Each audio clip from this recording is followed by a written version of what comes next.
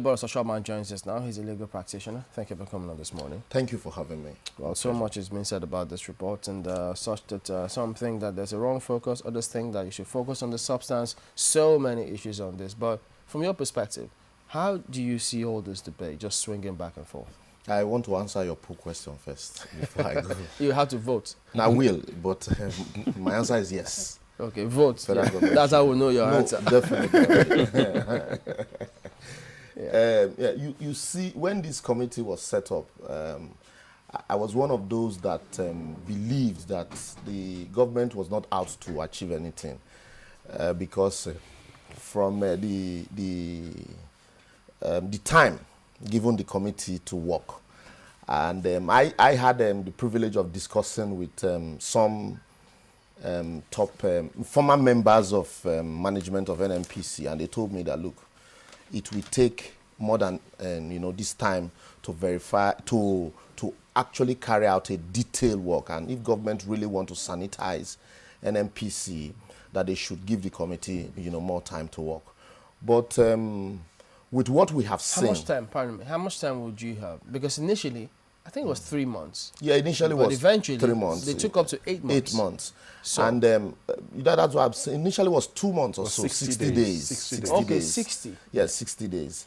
And then they took up to 8 months. And coming out with this report, there is no report that you have that will be 100% perfect. And I must say here that to show that some members of the committee were a step ahead of their critic, they came out to say that we had challenges. And some of these challenges was because of time we could not verify certain accounts listed out in that letter signed by Super Sasori and Ribadu, that we could not verify these accounts. But these other ones, we had verified. And, so how come people think that because of those ones that could not be verified, that's why, if it invalidates, they think the entire report? No, that's why they had to come out to clear the doubt. That because remember, Steve Oronsaye raised the issue of a reconciliation. And so they came out to say, look, for these ones, we had not because of time. And also, if you read that report, page 30 of the report, they stated their challenges, that some of the institutions invited or secularized did not honor their invitation. And so there was no way they could verify some of those figures. And so they listed out the ones that could not verify, they couldn't verify. How about the ones that had been verified? Government should do something with them.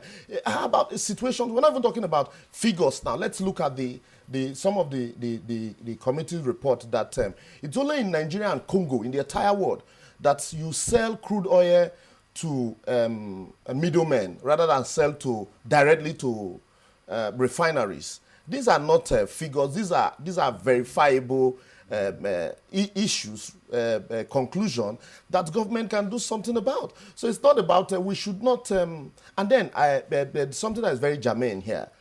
Ribadu did say that if a committee was to sit for 60 days, and for the entire 60 days, as a member of that committee, you did not deem it fit to attend the meeting of that committee for 1 day, no matter how busy you are, you should have excused yourself from the moment of appointment that you will not be available.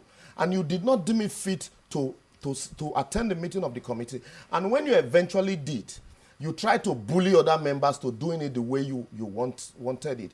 And while that was going on, I would permit me to use the word, you were compensated with an appointment, on the board of NNPC, and the other man, Bernard Oti, was elevated to ED. In the same NNPC, it depends on the circumstances. No, wait, the corporation that you're supposed to be auditing. Were they supposed to be auditing them or just getting figures? Getting figures indirectly. What they were doing, they were auditing NNPC.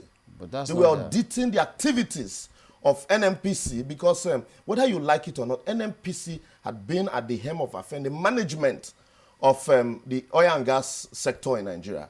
Yeah, so, but at that time, and they work closely with the Ministry of Petroleum. Yeah, but when this happened, let me finish. There is no way you will carry out an analysis or you carry out an investigation of the activities of the oil industry without indirectly investigating NNPC. Okay. And so, if you as a member was appointed to do that, and then you now went ahead to appoint a board membership on the board of one of the parastatals that will fall within the ambit of the reference of the committee, what you should have done would have been to excuse yourself from membership of that committee to avoid conflict of interest. Okay, now, because no matter what happened, there will always be accusation that you soiled your hands. You come to equity must come with clean hands. So since that didn't happen, and you started out by saying that when the committee was put together, you said to yourself that government was not going to even do anything. So, well, Madam Nuhu Ribadu accepted to lead this committee. Yeah. He's been in government. He knows the thinking. He knows how these things work. And if initially they gave you 60 days, you should have known that. How could you achieve something of that? And that's why they took 8 months. In 60 days. That's why they took 8 months. Even when you took 8 months, 2 members of that committee got themselves, as you say, in the NNPC. Yeah. So if he didn't raise objections... And these 2 members were not attending meetings. So it was deemed... It was deemed that they had excused themselves. And if you listen to a statement also, that Oronsaye flew in the day before that submission. Yeah, but having his experience yes. in the fight against all corruption of this, he should have seen ahead and said, well, just to forestall any doubt, I raise objections to these members who are in these positions because it may invalidate or it may be interpreted as such. No. Couldn't he have raised that objection? Chamberlain, no. That's not the issue here. We are a committee. We are a committee of 15 members, and then 2 members decided to excuse themselves, and we still form a quorum. Did they excuse themselves? They did. Indirect. What they did, they excused themselves, but without resigning from membership of the committee. So how did they excuse themselves? By not attending meetings. Maybe you're looking at it from. Okay, because I said they should have resigned. They did not resign. What they did not attend meetings of the committee, but they surreptitiously hanged there to give the impression that we are still members. So, and then also to achieve the end result of what we are saying now, rubbish the report. And nobody saw this coming. You know the problem here. Nobody would have. No, but again, Chamberlain will raise a very important aspect here, talking about Nuhu Ribadu, knowing that, well, he's a deft, good policeman, and he understands the investigations and tries as much as possible not to leave any room for doubts or loopholes.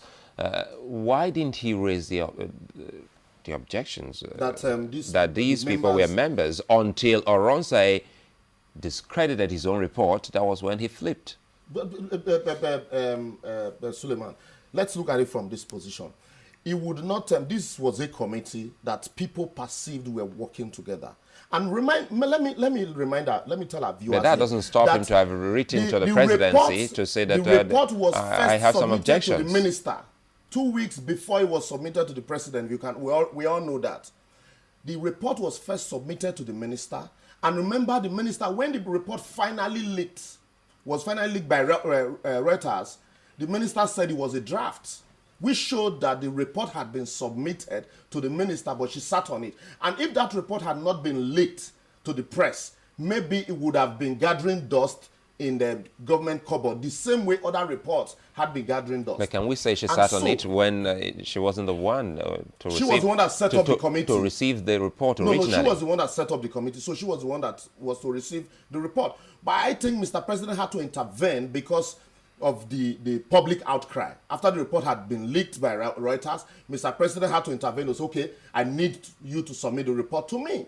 So that was when, and then also... But again, why were they doing all of this in the public? To answer your question directly, a committee of let's continue to use the word 15 members, one would not expect that as a member of the committee who avoided meetings, that on the day, and also for the level that he has attained in public service, one would not expect that a man of Steve Oronsaye's status would come to the fora to discredit that report, to say that I was not part of it, because by saying that you were not part of this report, or that you had said, let us reconcile some figures, what you're indirectly saying is that you are also you're discrediting yourself